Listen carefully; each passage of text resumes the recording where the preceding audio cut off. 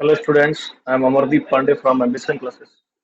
Students, today I will teach you physics of class ninth, and our chapter is motion.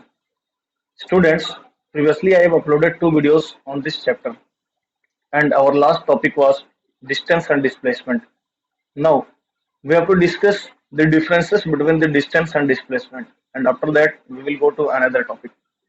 So let's see. Our first difference between distance and displacement is that the distance traveled by the distance traveled by a moving body is the actual length of the path covered by the body. What does it mean, students? It means the distance traveled by moving body is the actual length of the path covered by the body. It means that distance is the length of the path which a body travels. I mean, the path through which the body travels. The length of actual path is known as distance. Okay, students. Now let us go to next topic, displacement. The displacement of a body is the shortest distance between the initial and final position. Okay, students. When a body starts moving from a point, then it is called initial point, and the point at which the body stops is called the final point. Okay, students, what is the displacement? The displacement of a body is the shortest distance between the initial and final position of the body. Displacement is the shortest distance between the initial and final position of the body. Now, next point, distance traveled is a scalar quantity. Distance traveled is a scalar quantity. As I have told that distance is a scalar quantity. Distance has only magnitude, it does not have any direction, so it is a scalar quantity. On the other hand, displacement is a vector quantity. What is displacement? Displacement is a vector quantity. Now, distance traveled is always positive. As I have told you, if a body moves some distance, then the distance traveled is always positive. It cannot be negative. Displacement may be positive, negative, or zero. Displacement can be positive, or displacement can be negative, or displacement can be zero. Now the next point is distance traveled is always greater than or equal to the distance traveled is always greater than or equal to the displacement. Students, displacement is the shortest distance between the initial and final position. Okay, students. So always distance must be greater than the displacement, because this displacement is the shortest distance, but distance is the whole distance of the whole length of the path. Now displacement is always less than or equal to the distance traveled. Displacement can always be equal or less than the distance traveled. It cannot be more than the distance. Okay, students, these are the basic difference between the distance and displacement. Now let's move on to some questions. What are these? Our first question is,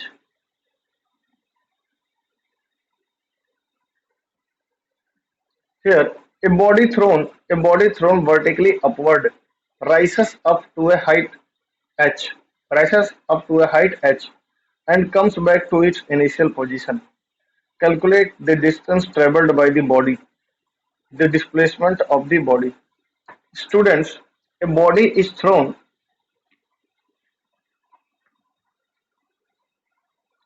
let me tell you by showing here.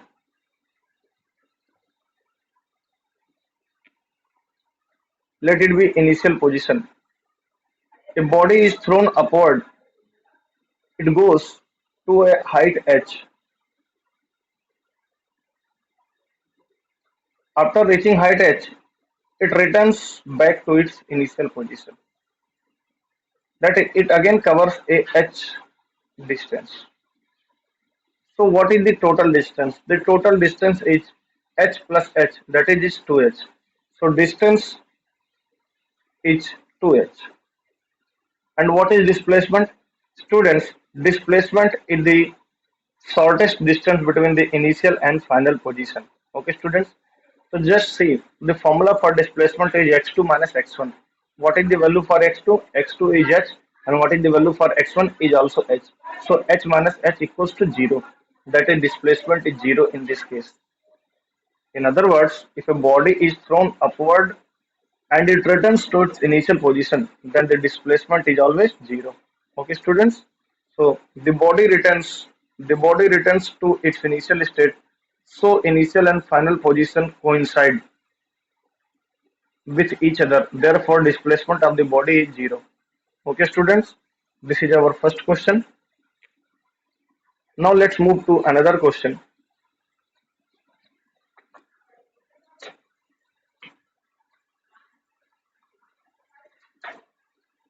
Our second question is that two cars moving in opposite direction cover same distance d in 1 hour.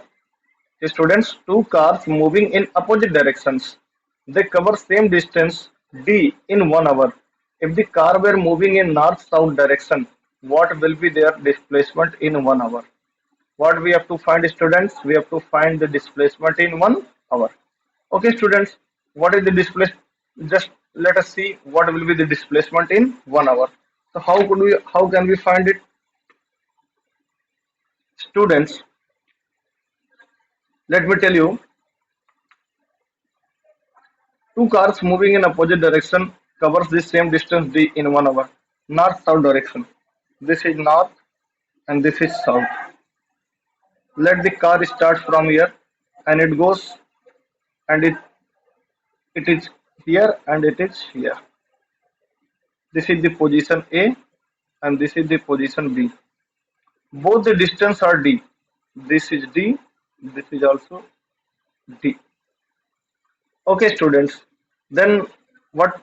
Then what we have to find? Students, listen. When a body goes northward direction and its displaced and its distance is d, and when it comes opposite direction, then its distance will be minus d. Because if the direction changes, then the sign also changes. So what we have to find? We have to find the displacement. What we have to find, student? We have to find the displacement. So delta x equals to x2 minus x1. So what is the value of x2, students? X2 is d minus d. So it will be 2d. So this is the exact displacement, student, here. Here the answer is 2d. Okay. So this is the second question.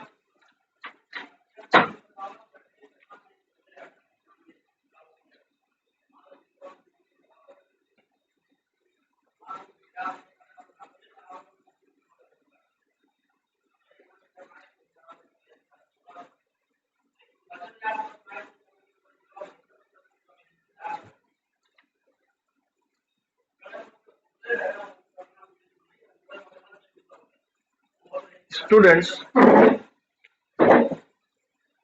now let's go to our next topic, and our next topic is uniform and non-uniform motion. Now what we have to learn is uniform and non-uniform motion. What is uniform motion and what is non-uniform motion? Students, uniform motion is a state of moving bodies. This is defined as follows. Students, just listen here. If a body covers equal distance in equal time interval, then its motion is called uniform motion. That means equal distance in equal time. If it is depicted here, 0 second to 1 second, 1 second to 2 second, 2 second to 3 second, 3 second to 4 second. It means the difference between the timing is 1 second. All the points are differentiated by 1 second. And the distance is 0 meter, 10 meter, 20 meter, 30 meter, 40 meter. So what is the difference between the distance? Is 10 meter between 2 points. So if a body is said to have uniform motion when it travels equal distance in equal interval of time. That is what it mean. In it in 1 second it travels 10 meter. In another 1 second, 1 to 2 seconds, it travels 10 meter. In another 1 second, it travels 10 meter. In another 1 second, it travels 10 meter. That is 0, 0 to 1 second. In 0 to 1 second, it travels 10 meter. And in 1 to 2 seconds, it also travels 10 meter. So it is 10 plus 10, 20. Okay, students. and 20 plus 10 is 30, and 2 plus 1 is 3 seconds. What does it mean? What does it mean? In every 1 second, here in 1 second it covers 10 meter. Here also in 1 second it covers 10 meter. Here also in 1 second it covers 10 meter. Here also in 1 second it covers 10 meter. That is, we have equal time. We have equal time, which is 1 second, and we have equal distance, which is 1 meter. So in this way, if a body travels, in this way, if a body perform motion, then it is said to have uniform motion. Okay, students, that is equal in equal time, body used to travel equal distance. Okay, let us see some examples.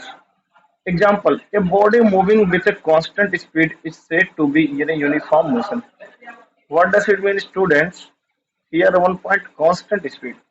That is, if a body moves with a constant speed, that is, its speed does not change, neither it decreases nor it increases, but it remains the same. So it is known as constant speed. So on moving with that speed, students, the body is performing uniform motion. Okay, students. Eh, Let us see another example. If you are riding a bike and your speed is 40 km per hour for the first hour, and for the second hour it is also 40 kilometer per hour, and for third hour it is also 40 kilometer per hour, and in the whole journey, for every hour our your speed is 40 kilometer per hour. For every hour, in 1 hour your vehicle used to cover 40 kilometer. So that is called uniform speed or constant speed. Okay, students, just you should not be confused. Uniform speed and average speeds are both are different. We will discuss that, but here we have to discuss uniform motion. Now let's move on to our next topic, which is known as non-uniform motion. So, students, what is non-uniform motion? Non-uniform motion is a state of moving body.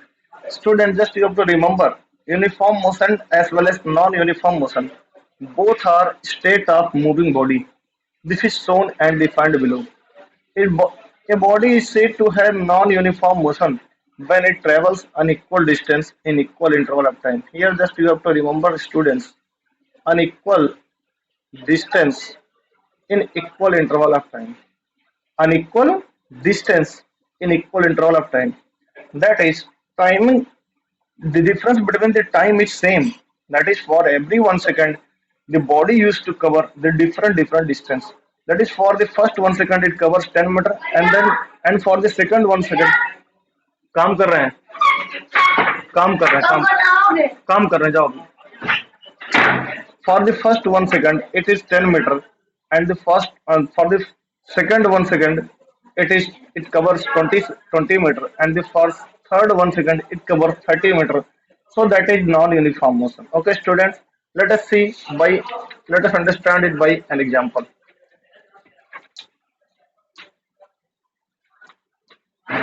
The non-uniform motion of a body is illustrated as below. Okay, student, 0 second, 1 second to 2 second to 3 second to 4 second to 5 second. That is the difference between the timing. Difference between the timing is 1 second. This is fixed, student, or this is constant. It does not changes in every situation. Now, for the first 1 second, the body covers 1 meter. 0 to 1, the difference is 1 meter. Now, for the second 1 second, body travels 1 meter to 3 meter. That is the difference between these two is 2 meter. Here the distance is 1 meter. Now here the distance is 3 meter to 4.5 meter. That's it. Here the difference between the distance is 1.5 meter. Students, likewise we are having three different distances: 1 meter, 2 meter, 1.5 meter. So, but the timing is same. So this type of motion is called non-uniform motion. If a body covers unequal distance in equal interval of time, then it is said to perform a non-uniform motion. Okay, students, this is all about uniform, and this is all about uniform and non-uniform motion, students. So our let's see some question, students, on uniform and non-uniform motion.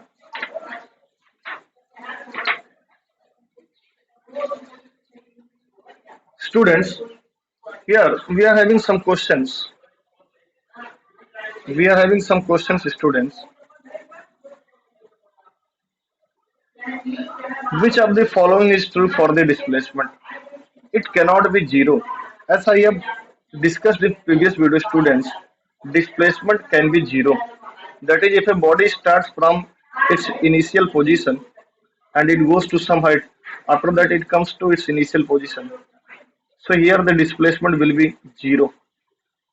If a body moves on a circular path, students, likewise it starts from here and after moving, after revolving, it always come to here.